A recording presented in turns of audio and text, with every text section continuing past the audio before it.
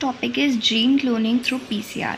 It is a technique which is used to make multiple copies of a desired gene within a short period of time. तो ये एक ऐसा process है जहाँ पे हमें एक छोटे से पीरियड ऑफ टाइम में ही हमारे डिज़ायर्ड जीन के बहुत सारे मल्टीपल कॉपीज़ हमें मिल जाएंगी easily. It is a purely in vitro process, यानी कि ये जनरली लैब में ही किया जाता है, यानी कि इसमें हमें लिविंग ऑर्गेनिज्म की ज़रूरत नहीं पड़ेगी. Amplification of DNA segments make possible the detection of pathogenic virus or bacteria, identification of individual, DNA fingerprinting, and several scientific research involving DNA manipulation. तो ये PCR हमें कहाँ पे हेल्प करता है? हम अगर कोई डिटेक्शन ऑफ पैथोजेनिक वायरस करना चाहते हैं या फिर बैक्टीरिया का डिटेक्शन करना चाहते हैं तो हम वहाँ पे PCR का यूज़ कर सकते हैं फॉर द डिटेक्शन. ओके, अब सबसे पहले हम डिस्कस करेंगे रिक्वायरमेंट्स ऑफ PCR. तो सबसे पहले एक सैम्पल DNA चाहिए होता है, यानी कि जिसको हमें जो हमारा डिज़ायर्ड जीन है जिसका हमें मल्टीपल कॉपी चाहिए वो चाहिए होगा. फिर DNTPs चाहिए होंगे, ठीक है, ताकि हमारा नया स्ट्रैंड जो है वो सिंथेसिस हो सके. फिर प्राइमर्स चाहिए होंगे हमें ताकि हम इनिशिएट कर सके हमारा DNA रेप्लिकेशन वाला प्रोसेस.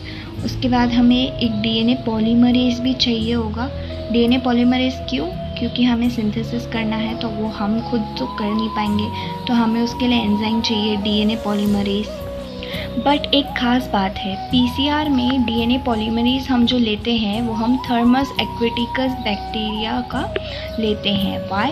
बिकॉज वो थर्मोलाइबल होता है, यानी कि क्योंकि हमें PCR में बहुत हाई टेम्परेचर चाहिए होता है, इस वजह से हम अपना DNA पॉलीमरेज यूज़ नहीं कर सकते हैं.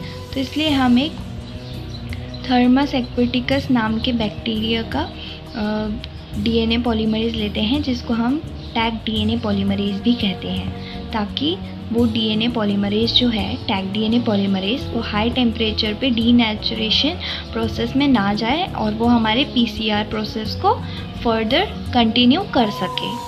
इसके साथ साथ हमें MgIN भी चाहिए होता है जो कि फैसिलिटेट करता है एक्टिविटी ऑफ DNA पॉलीमरेज को, ठीक है, यानी कि ये cofactor as a cofactor for DNA polymerase work करता है.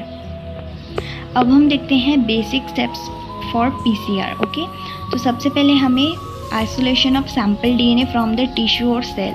जो हमारा डिज़ायर्ड जीन है जिसे हमें मल्टीपल कॉपीज़ में बनाना है, उसे हम सबसे पहले आइसोलेट करेंगे जो भी वो सेल में या फिर टिश्यू में प्रेजेंट है. The sample DNA has a small target reason containing the desired gene.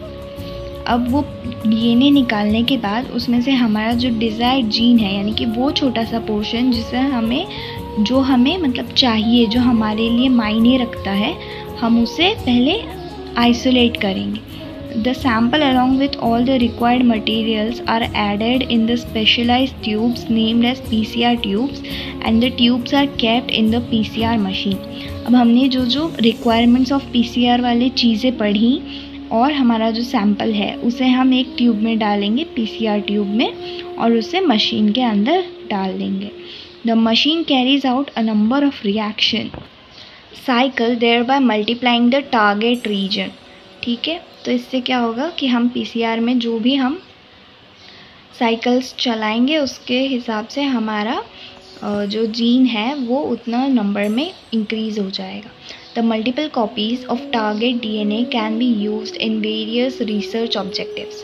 अब वो जो हमारा DNA का मल्टीपल कॉपीज़ है, यानी कि हमें जो छोटा सा DNA पीस ऑफ जीन चाहिए था उसका मल्टीपल कॉपीज़ है, हम उसको डिफरेंट रिसर्च ऑब्जेक्टिव्स के लिए यूज़ कर सकते हैं.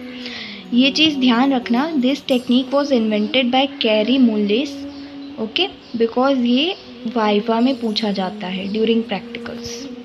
Thank you. Write this answer in the question steps of PCR and get full out of full.